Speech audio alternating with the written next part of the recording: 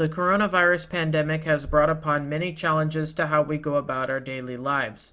It is harder to get together with friends, in-person education is for the most part prohibited, and we are forced to entertain ourselves at home since a lot of places are closed.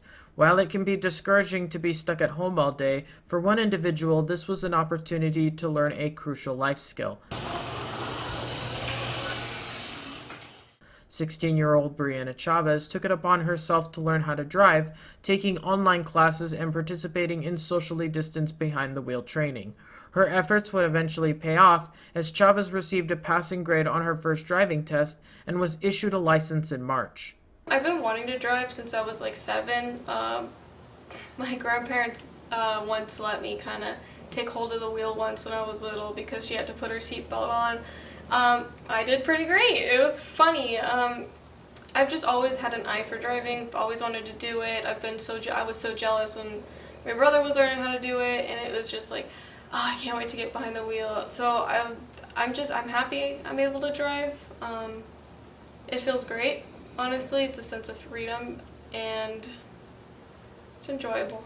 But it wasn't a walk in the park. Getting my permit was actually pretty easy because I did it online. However, taking the test and actually doing the 6 required hours of it was actually the hardest part. Scheduling it was not fun, and for my driving test, it took over a month of scheduling in order to get it. It was not a comfortable experience.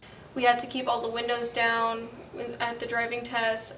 There was a seat covering and a foot covering for the instructor / tester. It was cut down. The test was actually cut down to 8 minutes instead of 12 or whatever it used to be at because of COVID. So honestly, I would think before would be a lot better, especially because I had to do the whole thing on with a mask on, and it was really hard to breathe and drive and hear what the instructor for the 6-hour things were talking about, like where I should go, where I should turn. It was pretty hard to hear him, especially with the barrier in between us. But she went through with it to achieve independence. I don't have to constantly irritate my parents, especially my dad, like, oh, I need to go to the pet store and get crickets for my frog.